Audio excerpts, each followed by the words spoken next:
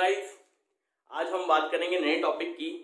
सिर्फ और सिर्फ जो नया टॉपिक है आज वो सिर्फ है मासेस का। जो हमारे पास एटम्स होते हैं, हमें पता है जो एटम्स होते हैं उनका कोई ना कोई क्या होता है, मास होता है। जो वो एटम, खूब सारे एटम एक दूसरे से कंबाइंड होते हैं, अलग अलग एलिमेंट के एटम जब एक दूसरे से कंबाइंड होते हैं या सेम टाइप के एलिमेंट्स के एटम एक दूसरे से कंबाइंड होते हैं तो कंपाउंड का भी फॉर्मेशन करते हैं। तो उस कंपाउंड में जो मॉलिक्यूल होगा उसका भी हमें मास निकालना होता है। तो इन सब के मासेस के बारे में आज अपने बात करेंगे।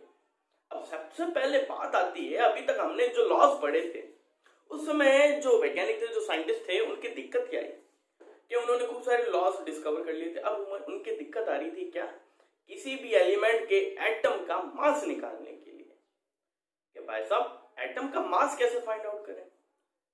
अब आप लोग सोचो कि मास तो कैसे भी निकाल सकते हैं, किसी को वही कर लो, एटम को वही कर लो। एटम आज के समय में अगर मैं बात करूं तो स्पेक्ट्रोस्कोपी की हेल्प से हम क्या करते हैं, किसी का मास फाइंड आउट करते हैं। आजकल का जमाना अलग है, लेकिन कई साल पहले कि अगर उस समय की बात करूं जब केमिस्ट्री का डेवलपमेंट हो रहा था, उस समय एटम का मास वो लोग कैसे निकाला करते थे। उन लोगों ने एक आइडिया निकाला कि एटम हमें पता है सबसे स्मॉलेस्ट पार्टिकल है, उसको हम वेट तो कर नहीं सकते, उसको हम तोल तो नहीं सकते।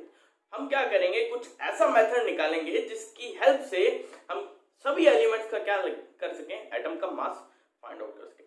तो उन्होंने एक तरीका निकाला कि हम क्या कर सकते हैं, एक ऐसा एलिमेंट चूज करेंगे जो क्या करे, सभी एलिमेंट के मास फाइंड आउट करने में हमारी हेल्प करे, यानी रिलेट कर सके।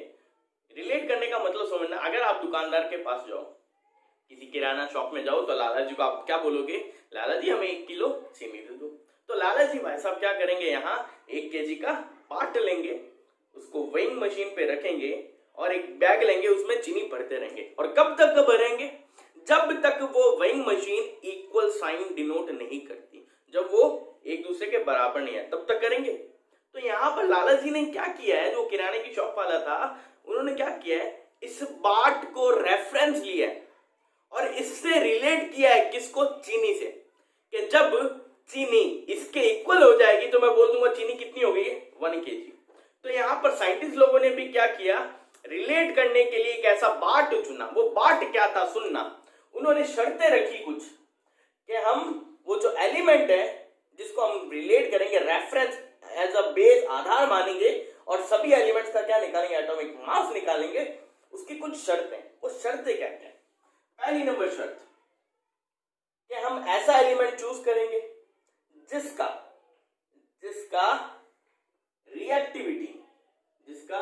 रिएक्टिविटी यानी हिंदी में जिसे हम क्या बोलते हैं, क्रियाशीलता, जिसकी क्रियाशीलता क्या हो, ना तो ज्यादा कम हो ना ही ज्यादा हो, यानी ऐसी रिएक्टिविटी हो जिसे हम क्या बोलेंगे, मीडियम रिएक्टिविटी। मीडियम रिएक्टिविटी वाला एलिमेंट इन्होंने क्या करना था, चूज करना था। ना ज्यादा लीस्ट रिएक्टिव होना चाहिए, ना ज्यादा हाईली रिएक्टिव होना चाहिए।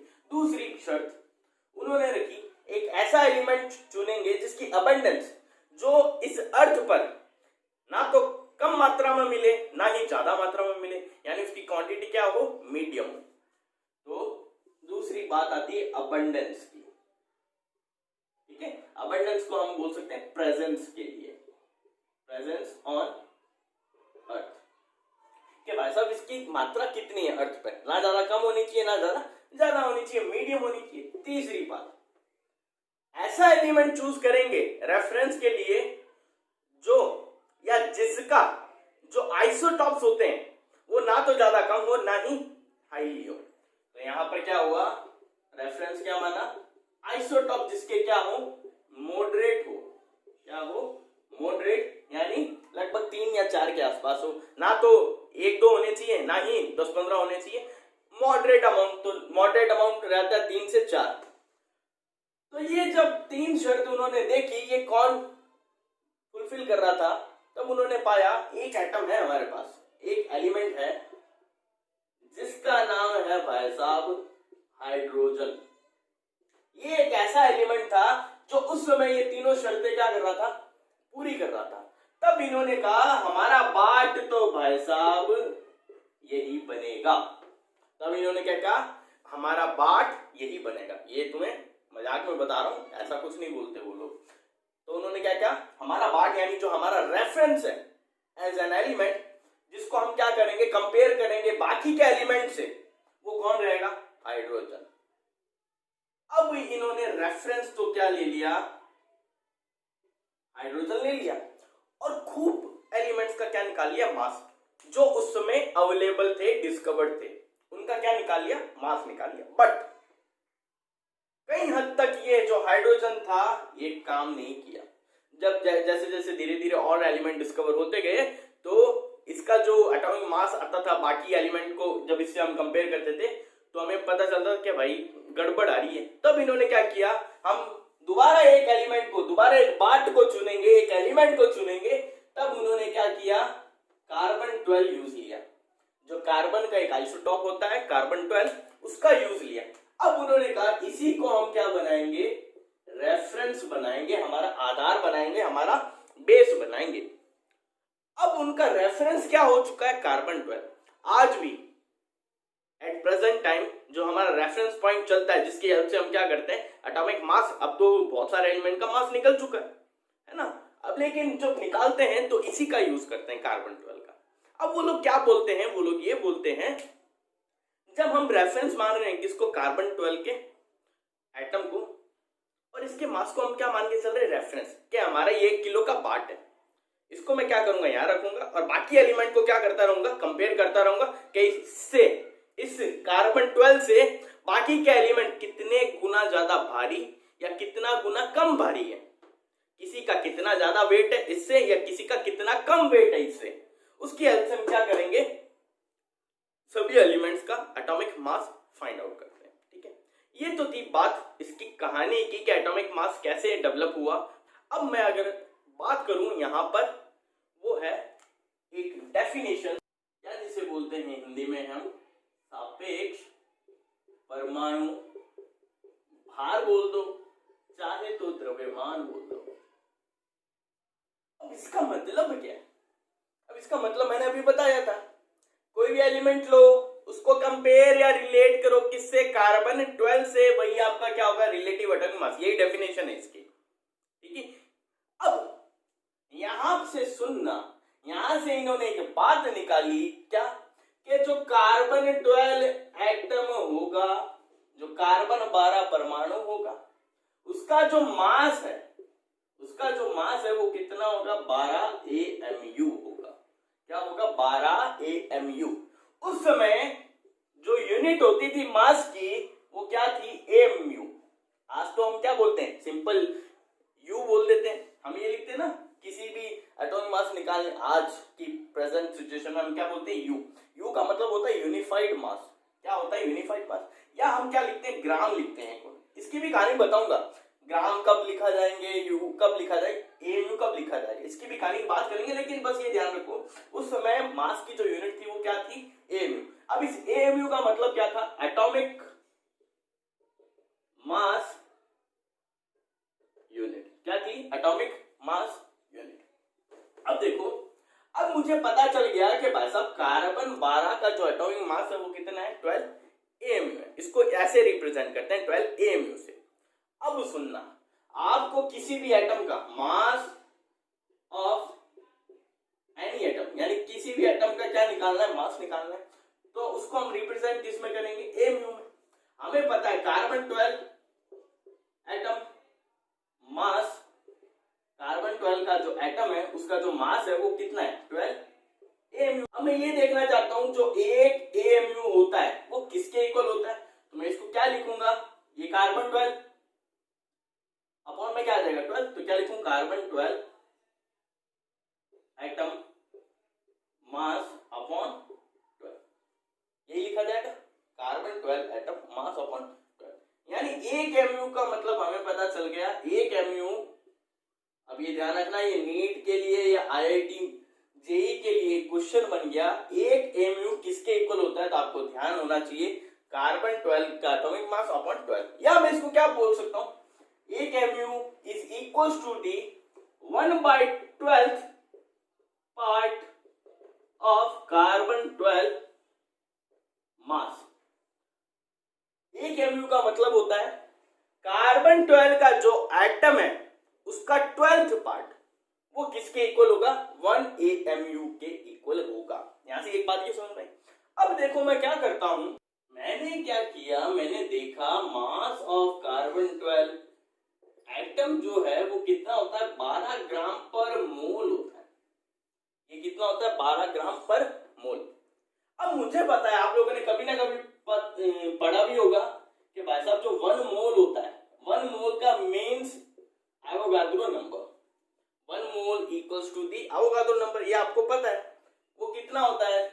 6.023 इंटू 10 की पावर 23। यही होता है, आप लोगों ने पढ़ा। मैं क्या करता हूं, इसको 1 मोल की वैल्यू यहां पुटअप करता हूं। इसको ऐसे लिख सकता हूं ना मैं, ये mass of C12 equals to 12 gram पर 1 मोल लिख दूं। बात एक ही है, मोल लिखो चाहे 1 मोल लिखो। इस 1 मोल को इधर क्या किया मैंने? क्रॉस मल्टीप्लाई कराया, तो क्या लिखूंगा यहाँ? 6.023 इंटू 10 की पावर 23। ये क्यों लिखा? क्योंकि 1 मोल में इतने नंबर ऑफ पार्टिकल्स या नंबर ऑफ एटम्स होते हैं, ये हमें पता है। तो मैंने इसको इधर मल्टीप्लाई कराया। ये क्या है मेरे? नंबर ऑफ पार्टिकल्स या number of atoms of carbon 12। ठीक है, यानी 1 मोल में इतने कार्बन के एटम है, तो इनका क्या लिखूंगा मैं? मास ऑफ इतने particle of carbon 12 equals to the 12 gram. अब मेरे को देखना है एक पार्टिकल का कितना होगा।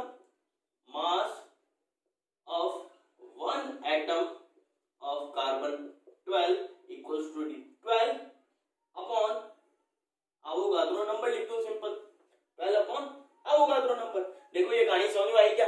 सुनना दोबारा। यहां तक मेरे को पता चल गया था 1 AMU इसके इक्वल होता है किसके? 1/12 पार्ट ऑफ कार्बन 12 एटम। ठीक है, अब मैं यहां से देखूं जो कार्बन 12 एटम है, इसका जो मास होता है वो 12 ग्राम पर मोल होता है अकॉर्डिंग टू एक्सपेरिमेंट्स। कितना होता है? 12 ग्राम पर मोल। अब पर मोल का मतलब क्या होता है? पर मोल का मतलब ये होता है किसी भी कंपाउंड में या किसी भी सब्सटेंस में 1 मोल का मतलब, ये आगे पढ़ोगे आप लोग मोल कंसेप्ट, मैं इसको यही करवा रहा था। 1 मोल का मतलब क्या होता है? 1 मोल का मतलब होता है number of particles, number of molecules, number of atoms, कुछ भी लो, ठीक है, वो किसके इक्वल होंगे? एवोगाड्रो नंबर के इक्वल होंगे किसी भी सब्सटेंस के लिए। एवोगाड्रो नंबर का मतलब क्या होता है? 6.023 इंटू 10 की पावर 23। ठीक है, यही मेरे को देखना है। 1 मोल, यहाँ मोल की जगह मैंने क्या रख दिया? Avogadro number. एवोगाड्रो नंबर इधर मल्टीप्लाई होगा, तो मैं क्या लिख सकता हूँ? मास ऑफ एवोगाड्रो नंबर के बराबर जो एटम है कार्बन 12 के, वो कितना होगा? 12 ग्राम। यानी इतने पार्टिकल्स का, किसके पार्टिकल? ये कार्बन 12 एटम के पार्टिकल है, उनके इतने पार्टिकल्स का 12 ग्राम होगा मास, क्योंकि पर मोल लिया था हमने। तो यहाँ पर एक एटम के लिए देखूं तो क्या होगा? 12 अपॉन Na, यानी एवोगाड्रो नंबर। Na का मतलब क्या है? Avogadro number. अब मैं क्या करूं? इस वैल्यू को यहां अगर पुटअप करूं, इस फॉर्मूला में, तो देखो वैल्यू क्या आएगी? इस वैल्यू को मेरे को यहां पुटअप करना है, तो 1 AMU इक्वल्स टू, वो क्या है अपना? कार्बन 12 एटम का मास, या मैं इसको ऐसे लिख दूं 1/12 into mass of carbon 12 atom. ये वैल्यू मैं यहां से पुटअप कर रहा हूं, तो क्या आएगी? 1/12 इंटू 12/Na, यही आएगी। 12 से 12 कैंसल आउट, तो 1 AMU और किसके इक्वल आ गया हमारे पास? एवोगाड्रो नंबर पे। इस पे भी स्टार पॉइंट, इस पे भी स्टार पॉइंट, जहां जहां स्टार पॉइंट लगाते रह रहा हूं, ये तो रहने दो, ये कोई मतलब नहीं। ये दोनों ध्यान रखना, डायरेक्टली 1 AMU का मतलब पूछता है तो ध्यान होना चाहिए आपको। ठीक है, अब हमें पता चल गया 1 AMU का मतलब होता है 1 अपॉन एवोगाड्रो नंबर। मैं इसको सॉल्व करूं, 1 अपॉन 6.023 इंटू 10 की पावर 23, ये 10 की पावर 23 ऊपर जाएगा, क्या हो जाएगा? 1.6023 इंटू 10 की पावर -23 होगा। सिंपल सी कहानी है, जब भी कोई 10 की पावर में या किसी भी पावर में अपॉन में हो, ऊपर जाती है तो पावर क्या हो जाती है? माइनस हो जाती है। मैथ्स से सिंपल। अब ये पॉइंट हटाया मैंने, तो यहाँ कितनी संख्या है? 1 2 3, तो ऊपर क्या आएगा? 10 की पावर 3 आएगा, यही आएगा। तो यहाँ पर ये इसको सॉल्व करोगे, ये 10 की पावर +3, ये 10 की पावर -3, जब बेस इक्वल हो तो जो ऊपर पावर्स होती है वो क्या हो जाती है? सम अप हो जाती है। तो यहाँ से वैल्यू आएगी मेरे पास 10 की पावर 20, वो भी माइनस का। अपॉन में क्या चल रहा है? 6023, ये चल रहा है क्योंकि पॉइंट हट चुका है। अब मैं क्या करूं, इसको सॉल्व करूं। इसको कैसे सॉल्व करूंगा, इसको मैं ऐसे सॉल्व कर दूंगा 1/6023 इंटू 10⁻⁻20। इसको ऐसे मान सकता हूं। 1 को डिवाइड किससे करूं, 6023 से, तो मेरे पास जो वैल्यू आती है वो देखना, वो आएगी 1 AMU इक्वल्स टू 0.000166 इंटू 10 की पावर क्या चल रही थी अपनी 20। अब सुनना, यहां ये मैंने पॉइंट हटाया, 1 2 3 4 5 6 जीरो नीचे आएंगे, सिंपल है। अब ये क्या बनी कहानी, 166 इंटू 10⁻⁻20। अब इस कहानी को मैं थोड़ा उल्टा कर रहा हूं, ये 10⁻6 क्या है, इसको मैं ऐसे लिखता हूं 10⁻4 इंटू 10⁻2।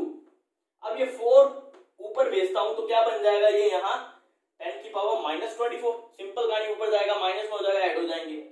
अब ये 10⁻2 है, इसको मैं काटू और यहाँ 2 के बाद पॉइंट लगा दूं, तो मेरे पास अब सुनना, यहाँ पर जो वैल्यू आई है 1 AMU इक्वल्स टू 1.66 इंटू 10⁻24 ग्राम।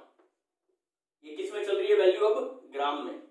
अब आपको ये भी ध्यान रखना है, जो 1 AMU होता है यानी 1 एटॉमिक मास यूनिट होती है, वो इसके इक्वल होती है 1.66 इंटू 10⁻⁻20